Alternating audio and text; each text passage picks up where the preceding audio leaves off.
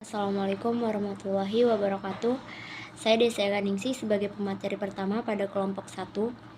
Mata kuliah kami adalah interaksi manusia dan komputer. Yang dosen pengampuhnya yaitu Bapak Imam Rangga Bakti MKom. Di sini judul dari presentasi kami adalah peranti interaktif. Nah, peranti masukan tekstual itu bisa kita sebut dengan peranti masukan yang standar dijumpai pada semua komputer. Lebih dikenalnya itu sebagai keyboard. Tata letak QWERTY itu nanti di sini saya akan memberikan gambarnya, contoh gambarnya. Nah ini ya.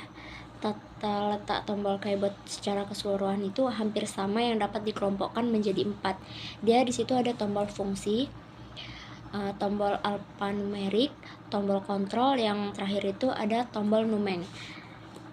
Nah, tata letak alfabetik itu sendiri ada di sini. Susunan tombol hurufnya itu berurutan pada urutan alfabet. Kita juga bisa menjumpainya di banyak permainan anak-anak sehingga anak-anak dapat diajar mengenal huruf alfabet. Bagi pengguna yang bukan tukang ngetik, barangkali tata letak ini cukup sangat membantu. Oke, di sini juga ada tata letak Kloppenberg. Nah, di sini tuh selain tata letak Dvorak, ada sejumlah tata letak lain yang telah dikembangkan untuk termasuk memasukkan unsur ergonomik di dalamnya seperti tata letak Kloppenberg. Nah, kalau papan ketik yang ini untuk penyingkatan kata. Nah, ini tuh digunakan untuk menulis dengan cepat. Misalnya seorang wartawan itu terletak dari 1 sampai 4 on key at attempt keyboard, mengetik dengan 10 huruf, maka harus melakukan 10 kali ketukan.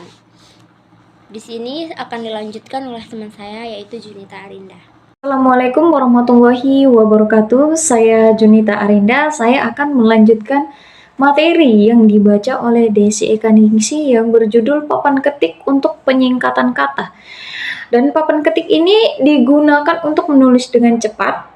Misalnya untuk seorang wartawan yang tata letaknya dari 1 sampai 4 atau 1 key at a time keyboard. Mengetik kata dengan 10 huruf maka harus melakukan 10 kali ketukan.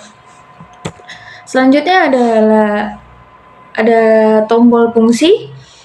Untuk alasan-alasan praktis, papan ketik yang digunakan pada sebuah sistem komputer biasanya dilengkapi dengan sejumlah tombol khusus yang disebut dengan tombol fungsi function key.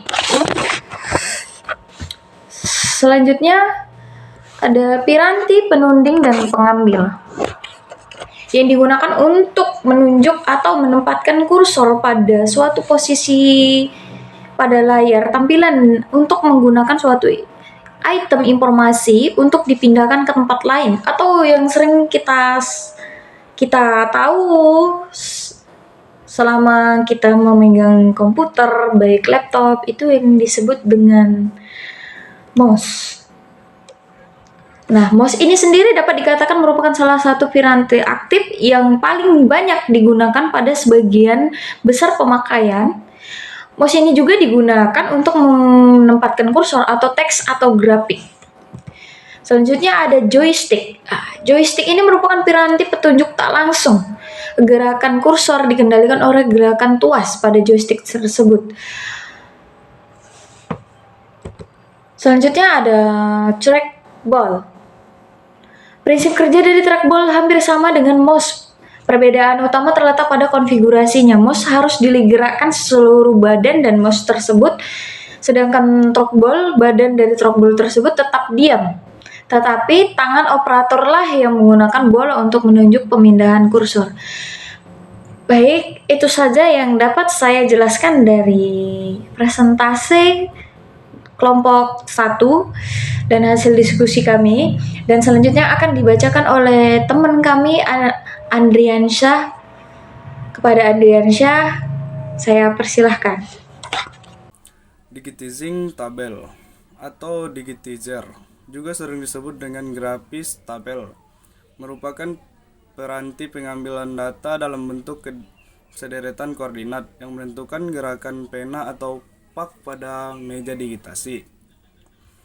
Like pen, pena cahaya, dapat digunakan sebagai peranti gambar atau point source device. Alat ini digunakan dengan cara menunjuk ujung alat ke monitor komputer yang peka kepada cahaya. Apabila pena ditempelkan dan digerakkan pada layar komputer, maka satu isyarat elektronik akan dihantarkan dan akan dimengerti oleh program tersebut. Panel sensitif. Sentuhan panel sensitif adalah peranti interaktif yang bekerja dengan cara mendeteksi ada tindakan sentuhan tangan atau stylus langsung ke layar komputer. Selanjutnya saya akan menjelaskan layar tampilan. Prinsip kerja aliran elektron dilepaskan oleh penembak elektron dalam kurung elektron gun. Kemudian difokuskan dan dibelokkan oleh medan listrik pada layar yang berlapis fosfor. Selanjutnya pengingat digital atau frame buffer, di mana citra yang akan ditampilkan ke layar disimpan sebagai metrik. Nilai elemennya menunjukkan intensitas dari citra grafis yang akan ditampilkan. Ya, selanjutnya layar penampil. Layar tampilan yang dikembangkan sekitar tahun 60-an dan yang masih banyak digunakan sampai saat ini disebut dengan tampilan vektor atau tampilan kaligrafi.